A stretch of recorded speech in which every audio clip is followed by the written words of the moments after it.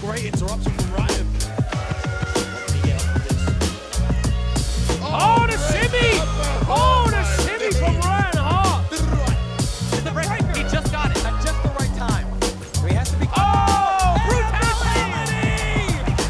Entirely on purpose. Do it one more time. Oh, too far. Not quite there. Momentarily with. Oh, that's it! Ryan Hart! Ryan Hart stealing 4 rounds with amazing comebacks. That is clutch. That is what you call clutch.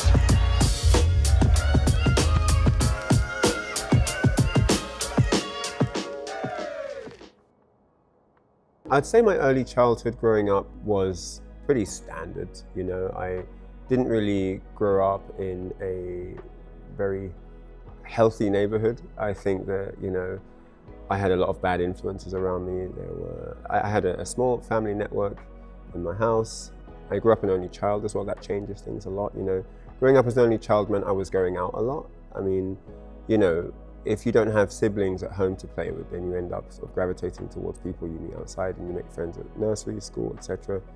You know, I was a very adventurous child, you know, adventurous kid. I wanted to explore. I was very inquisitive. I was always asking about things. I wanted to know more about the world and stuff. So yeah, stumbling into games was just a natural part of that process.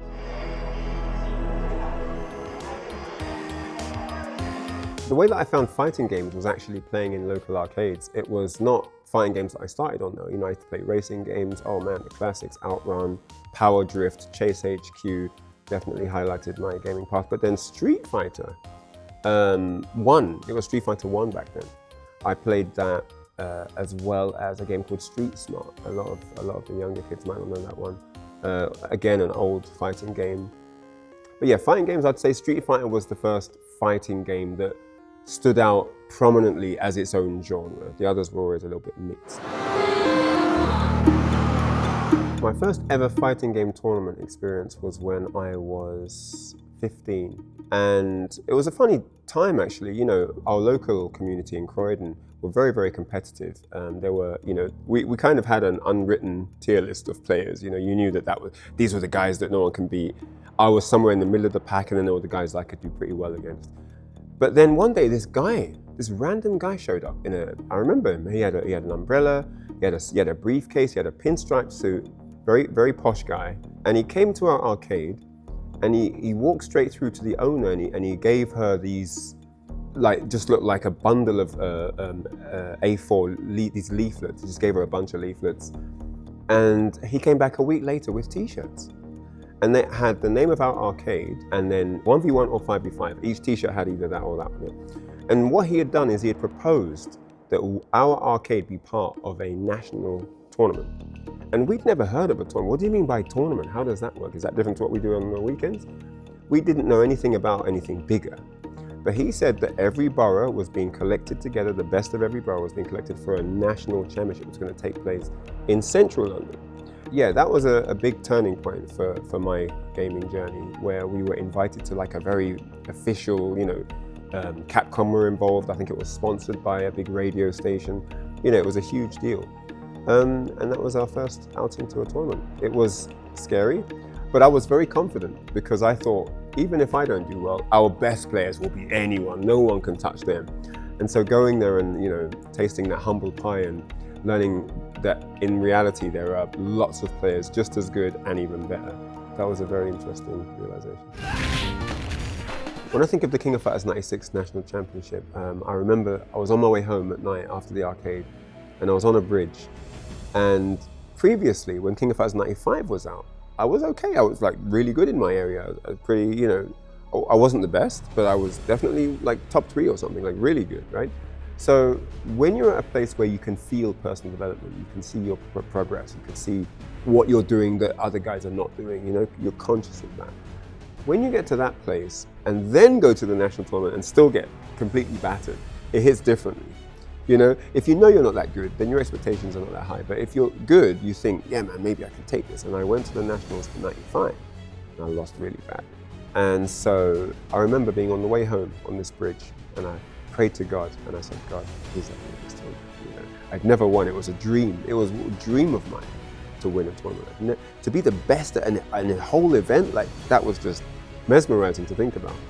And I trained really hard. I trained really hard, and I knew that I have to train harder than everyone else. I knew that one of the biggest difference makers will be if I train harder than everyone else. If I put in the work, hard work never lies. You know, it wasn't that I just wanted to win. I had worked hard, I had done the grind, I had struggled, I had sacrificed all that, compromised, you name it. And yeah, I have a great memory of that one moment on the bridge where I prayed to win the tournament. And then I won. I became the King of Fighters 96 UK National Champion. And then I won the next year as well. There was a period during my ventures to Central London to play arcades that I was homeless for. Yeah, literally didn't have anywhere to live. I used to go to the arcade, and you know, people would see me at the arcade, but I would always be, you know, as normal as possible. I wouldn't want people to sort of detect that, oh, you know, he looks a bit sad, or you know, what's wrong with him.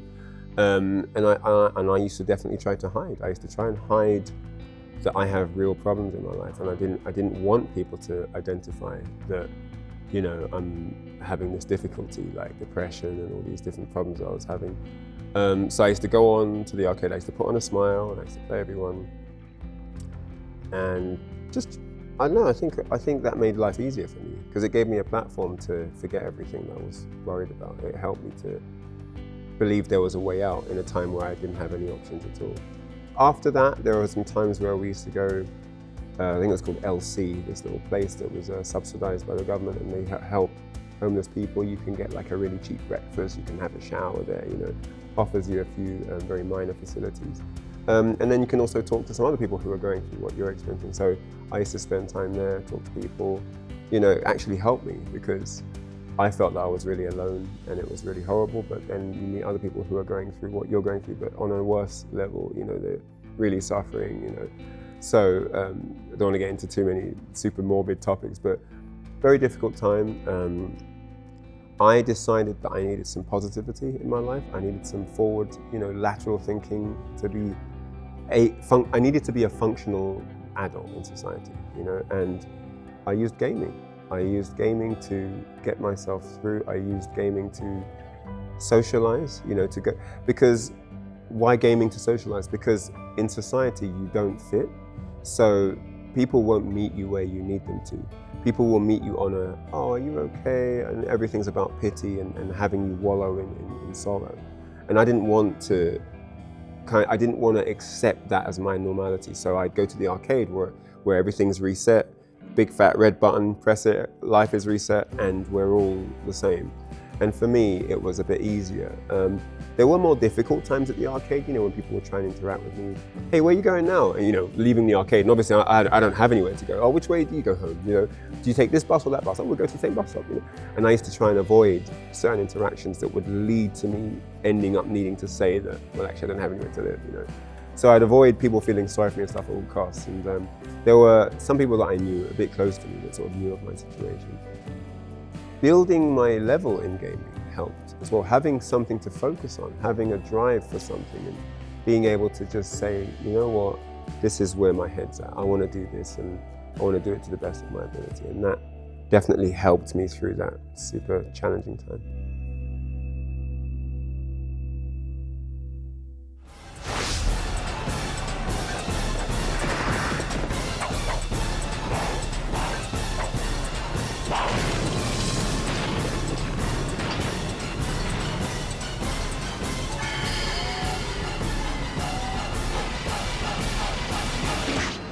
The Air Guys tournament, guys, this is one close to the heart for me, man. And yeah, I just went to what at the time was a relatively new arcade. And I went down there and there was a massive, I remember coming down the escalator, and there was this massive yellow poster and it said, win trip to Japan. So it wasn't very descriptive, that's all it said. I mean, well, that's the only description I needed. Win trip to Japan, and I was like, what do I have to do? You know, I was praying, please let it be like Tekken or a game that I'm good at. And it was like, yeah, you've got to play this other game. What game, you know, and then there was like arrows leading to the arcade. And so I went to the arcade and I saw that same yellow poster on the arcade, a smaller version. This is what you have to play. And I looked at it and it was a fighting game. It was like a top-down 3D fighting game. And I'm looking at when this tournament is, and I think it was in like it was in like 2 weeks or something, the tournament. And I'm like, oh my gosh, I've got no chance. You know, if there are people that actually play this game, I'm not going to be better than in 2 weeks. There's just no chance. So I got my friend involved, a good friend of mine, Hatim. I got him involved. I said, let's go and play. Let's learn this game together. You know, we ain't got much time. You know, 2 weeks, and it's a trip to Japan. And you know, I talk about dreams. You know, and one of my dreams was to win a tournament. Another one was to go, you know, as a teenager that loved games, one of my dreams was to go to Japan and play games, you know. That was just such a thing that was so far from my reality. I didn't have anywhere to live. There were so many things missing in my life. And, you know, one day though, imagine if one day I could go to Japan and just play games there. How much fun would that be? And I think a few days before the tournament, they dropped, it wasn't called DLC back then, but you guys will know it as DLC, but you know, they had these time release characters and they had a Final Fantasy collaboration. Cloud Strife came in, right? So Cloud came in. The game has a block button. You know, you run around, right? You got free movement with the joystick and then you block with a button, right? But you couldn't block Cloud's sword because it's a sword. I mean, stands to reason, right? So every string was getting full damage against everyone that I played. And I played him, you know, everyone played the new character. I'm like, this is broken. Is he tournament legal? And they were like, yeah, you can pick anyone. Oh my gosh, this is crazy. I ended up getting to the grand finals with Cloud, and some random guy that we don't know got to the grand finals with the dog. And Red 13, sorry. And I won. It was really close, 3-2, like second to last hit or some crazy thing. Like, and I managed to win completely lucky. I don't think I was better. It was just, it was really, you know how you practice and you feel like you're solid and then it's just a scramble in the real thing. It was so messy. So I won and I qualified for Japan. They told me that because I don't have a passport, I can't go. You know, the tournament is relatively soon and we need people who are like, and I was 18, I'd never had a passport at 18. I'd never been to the passport office in my life. I don't even think I knew where it was in London, right? And I said, I'll get a passport. I just like jumped in, I'll get a passport. When can you get one by? You know, when do I need it by? And they were like, you know, you got to get it. I think I had like a week and a half or something.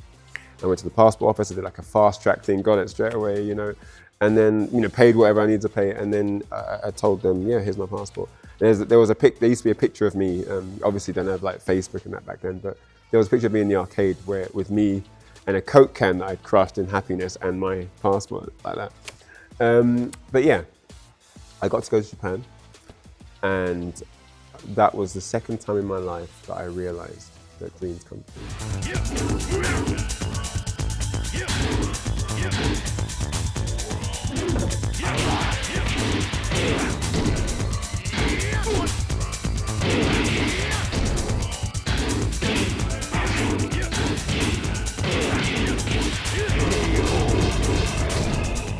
So regarding my 2 EVO wins, if I was to separate them both, because they were both very different experiences, and talk about what I'd learned from each of them, I think in 2004 when I won Tekken Tag, well, it showed me that I can, you know, get to that upper echelon of tournament success. I can, you know, I am a player that can achieve that, because I was in a lot of doubt in early 2004, late 2003, early 2004. I came to EVO for the first time in 2003, and I challenged the Korean champion at the time. And we played this 1st to 26 deathmatch, and I beat him, and I became the first ever non-Asian to beat a Korean Tekken champion. I was very proud of that. But unfortunately, it made me careless. I was stupid, you know, to be honest. Because the challenge was a few days before EVO, you know. I think I was a bit too nonchalant, because when EVO came around, I was way more relaxed, having had the set with him. And then he ended up winning EVO, and I got second. And that hurt like nothing ever, you know, gaming related wise at least. That was so painful. It felt like I had something in the palm of my hand and I just allowed someone to rip it out, take it away from me forever, you know. So when EVO 2004 rolled around, I was really there was this, just in my mind, a big asterisk next to my name. Like, do I have what it takes to do it under pressure when it matters, you know? You're okay at your local, you're okay at your arcade there, you're okay playing this other game, but can you do it on this game when the chips are down, you know? So getting that vindication in 2004 meant a lot to me, because it was like my understanding that this is what you have to do. This is the level of focus. This is how serious you have to be. And you can't let your guard down against anyone. And that Korean champion really taught me that valuable lesson. Even if you beat someone in a death match, or even if you know someone inside out, when it's time to win, don't let your guard down. Reinhardt, back 2-4-1. Reinhardt has given up on both plays. Final set, let's see who's hungry. Oh, Guinness with the running grab takes up more than 60% life. Hell Street, Reinhardt with the comeback. No! 2008, a lot of people have said, you know, you didn't have to ask for the rematch. You could have just taken the win. And, you know, because people have said, you know, even people in family, like, what if you'd lost? What if you'd asked for that reset when it was in the palm of your hand, because he'd paused it, or at least at the time it was thought that he'd paused it. What if that had happened and then he won? And I just thought, yeah, but what a lame way to win. Imagine that, like, hey, he paused it, yeah, GG's, man. Like, that's just, I can't do that. I can't do that. I can't win like that. I have to beat you. If I can't beat you, I don't deserve to win. And it's very important to me. And the 2008 win, for me, it was an indication of who I am and how I like to compete and who I want to be on the stage. And it was a really nice memory for me, because coming as the British guy, you know, obviously I'm the territory enemy, right? I'm on United States soil, and I love that. I love the, you know, the rivalry stuff. It's cool. But when I asked for the rerun, and after the pause, I said, please, I don't want to win like this. Let me do the run back, and they let me run it back. The crowd cheered for me. All right, the official ruling is that the player on the right equipment caused a pause in the middle of a round. If that happens, then he forfeits the round. All right, since the score is 2-2, Ryan wins the third round. All right, wait. Unless the players can come to an agreement and Ryan says he wants to play again.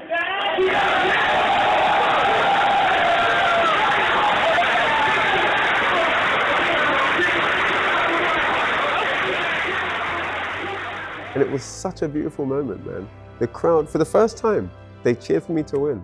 You know, the American crowd, and I felt so proud to represent them. You know, this is how we game. This is our passion. This is what it is. It's about coming together and seeing who's the best under real rules, you know? And so, yeah, I know that it was very controversial because, oh my God, someone paused it. But later on it was discovered that Guinness didn't pause it. And I'm so happy that I asked for the rematch now. I'm so happy that that happened, because if I hadn't have asked for that, the win wouldn't have even been legit.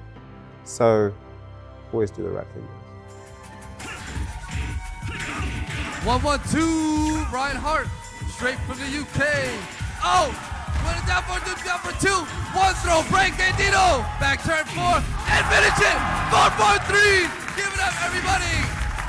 For EVO 2008 World Champion, second DR, Ryan Hart. I guess it's one of those things that not a lot of people know, but way before the days of world travel and all that stuff, I actually used to organize tournaments in my local community. You know, people often ask, like, what's next for you? You know, you've done commentary, you've done tournament organization, you've done analysis, you've competed as a pro, you've done esports management, you've been a coach, and, you know, there's a lot of boxes ticked, basically. I'd love to compete again, seriously. I've always been slightly hindered by, you know, having multiple things to do, and it's just part of being a grown adult with responsibilities. You know, you can't just put everything down and go back to only playing games. I know that, but I would love to, you know, compete to the level that I know I can, you know, and get back on the big stage again, because it's so much fun, and I love to entertain a crowd. You guys know me, I love putting on a show. And I think I do that very well. So that is something I would like to do. I'd like to have another big blast at an event, try and win another EVO, try and win something big. That would be really cool. And then writing my book, I think I've got a lot of education for the up and coming players that want to learn about how to develop their mindset in tournament, how to deal with nerves, how to manage success. You know, I was, you know, successful quite young, and when you're that young, you don't know how to manage success, so you can be quite arrogant, or you can make the wrong moves, right? Especially these days, where there's a lot of sponsorship and things like that. You know, kids that don't know what to do with their money and things. All these things. You know, if I get approached by a sponsor, is that a good opportunity or a bad one? How do you tell the difference, right? So I'd like to be able to just give off a lot of my knowledge. I think I've got a lot I can give back to the community, just in how to enjoy games. You know, there's a lot of social media conversations about which games are good and why and so on, and I think these are all avenues I've got a lot of expertise in. So yeah, whatever it is, I like the idea that I can give back to the community. So that's one really strong area where my focus lies.